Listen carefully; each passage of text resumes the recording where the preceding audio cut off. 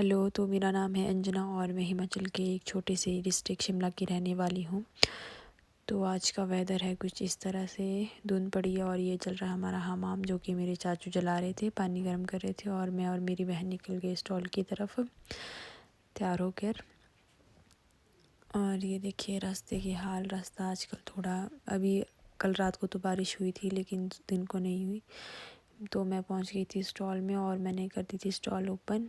और काफ़ी दिनों के बाद आज रश आया था, देखकर थोड़ी खुशी हुई, क्योंकि इतने दिनों से हिमाचल में चल रही है बहुत ही ज़्यादा तबाही, सभी को पता होगा। तो ये थोड़े बहुत कस्टमर जो सुबह आए थे, फिर उसके बाद मैं लगी थी स्टॉल खोलने।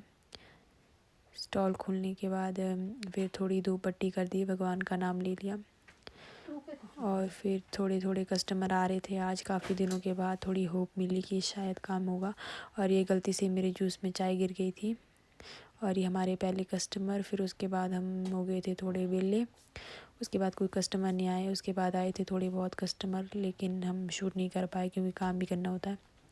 फिर ये हमारे लास्ट कस्टमर जो कि थे एक कपल था। फिर ये बना रही थी मैं कॉफ़ी, क्योंकि हमारा क्लोजिंग का टाइम था, इस टाइम बजे थे 5।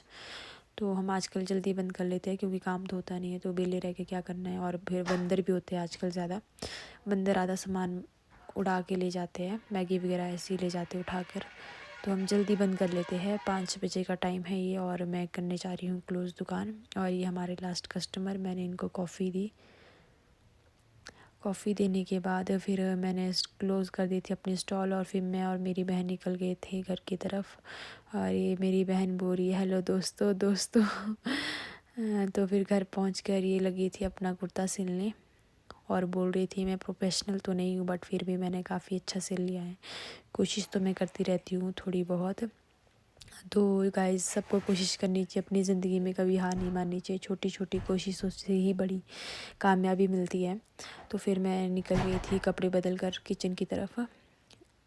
और ये देखिए शाम भी होने वाली थी।